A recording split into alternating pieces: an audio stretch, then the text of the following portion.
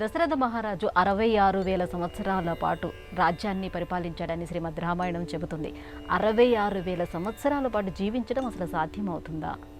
కృతేతు నరసింహభూ త్రేతాయాం రఘునందన ద్వాపరే వాసుదేవస్య కలౌ శ్రీ వెంకటనాయక.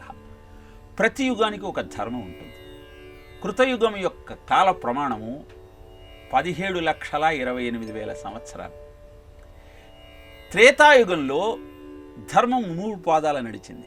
అసలు కృతయుగం అంటేనే కృతం సంకల్పమాత్రేణ అని. అక్కడ ఎంత తపశ్శక్తి ఉండేది అంటే ధర్మం 4 పాదాల నడవటం వల్ల ఎవరు ఏది అనుకుంటే అది జరిగేదిట. అలా ధర్మము 4 పాదాలుగా నడుస్తున్నప్పుడు ఆయు ప్రమాణం కూడా పెరుగుతుంది. అందుకే కృతయుగంలో వాళ్ళ జీవన కాలం ఎంత అంటే అనంతము అని చెప్తారు. త్రేతాయుగానికి వచ్చేసరికి ధర్మం 3 పాదాల మీదకి మారింది. అలా ద్వాపరయుగము కలియుగము, ఇలా యుగం మారుతున్న కొద్దీ ధర్మము యొక్క స్థితి మారుతూ వచ్చింది.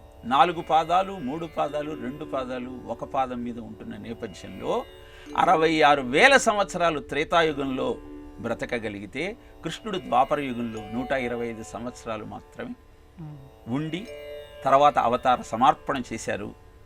కలియుగంలో 50 ఏళ్ళు బ్రతికితే తర్వాతంతా బోనసే అనుకునేటువంటి పరిస్థితి ఏర్పడుతుంది.